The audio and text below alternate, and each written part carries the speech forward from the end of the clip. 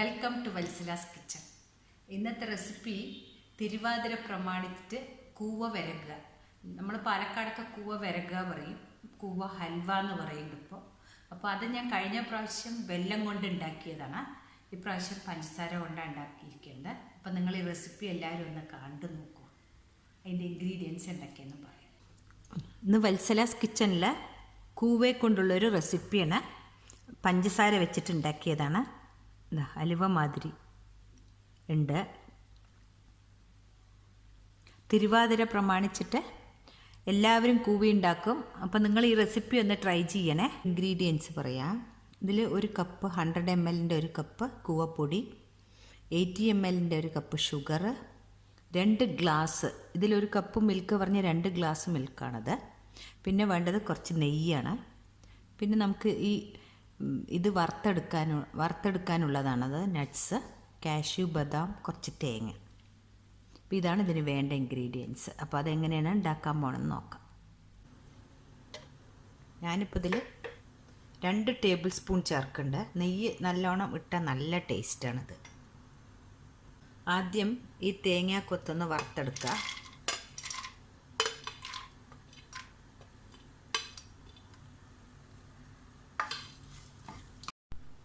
അപ്പോൾ തേങ്ങ വറുത്ത് കോരി വെച്ചിട്ടുണ്ട്. ഇനി ഇതിലേക്ക് ഈ കാഷ്യൂം ബദാമും ഇട്ട് കൊടുക്കുക. ഇതായിട്ടുണ്ട്. ഇത് ഈ നെയ്യോട് കൂടി തന്നെ നമ്മളിതിലേക്ക് ഒഴിച്ചു കൊടുക്കുക. ഇതിപ്പോൾ നെയ്യോട് കൂടിയിട്ട് തന്നെ ഞാൻ ഇതിലേക്ക് മാറ്റിയിട്ടുണ്ട്. ഇനി നമുക്ക് ഈ കൂവ ഒന്ന് മിക്സ് ചെയ്തെടുക്കണം. ഒരു പാത്രത്തിലേക്ക് ഇതിട്ട് കൊടുത്തിട്ടുണ്ട്. ഈ പാലിന് പുറമെ ഒരു 1/2 ഗ്ലാസ് വെള്ളം, പിന്നെ ഈ ഷുഗർ ഇട്ട് കൊടുക്കുന്നുണ്ട്. അപ്പോൾ ഇത് നല്ലപോലെ മിക്സ് ചെയ്തിട്ടുണ്ട്, കട്ടയൊന്നും ഇല്ലാണ്ട്.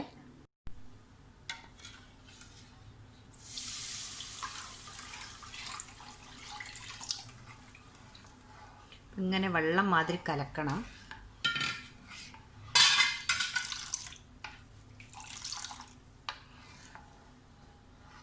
കഴിഞ്ഞ കൊല്ലം ഇതിൻ്റെ വെല്ലം കൊണ്ടുള്ള റെസിപ്പിയാണ് ഇട്ടിട്ടുള്ളത്. ഇതിപ്പോൾ കുറേശ്ശെ കട്ടിയായിട്ട് വരുന്നുണ്ട്. അപ്പം നമുക്ക് ഈ സമയത്ത് ഇത് ഇട്ട് കൊടുക്കുക. അതിലേക്ക് ഈ നെയ്യോട് കൂടി ഒഴിച്ചു കൊടുക്കുക.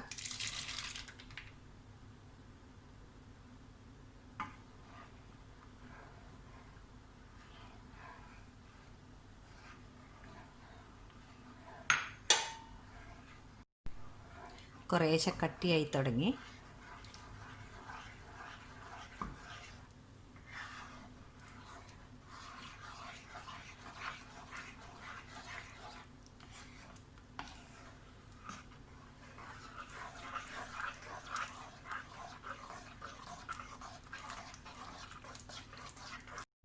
ഇനി തേങ്ങാപ്പൂള് വേണ്ടെങ്കിൽ തേങ്ങ ചിരകിയത് ഇട്ട് കൊടുക്കുക അതിലേക്ക്.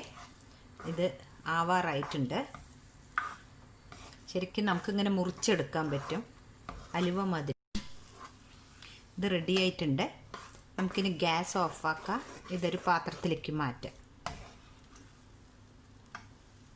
ഇതൊരു ട്രേയിലേക്ക് മാറ്റിയിട്ടുണ്ട്. ഇത് കുറച്ച് ആറിയ ശേഷം നമുക്ക് പീസാക്കി എടുക്കാം.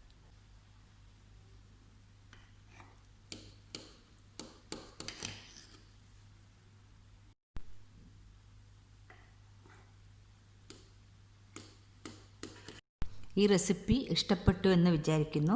ഇഷ്ടപ്പെട്ടാൽ നിങ്ങൾ തീർച്ചയായിട്ടും സപ്പോർട്ട് ചെയ്യണം. എനിക്കൊരു ലൈക്കും കമൻറ്റും തന്നിട്ട്. Thank you.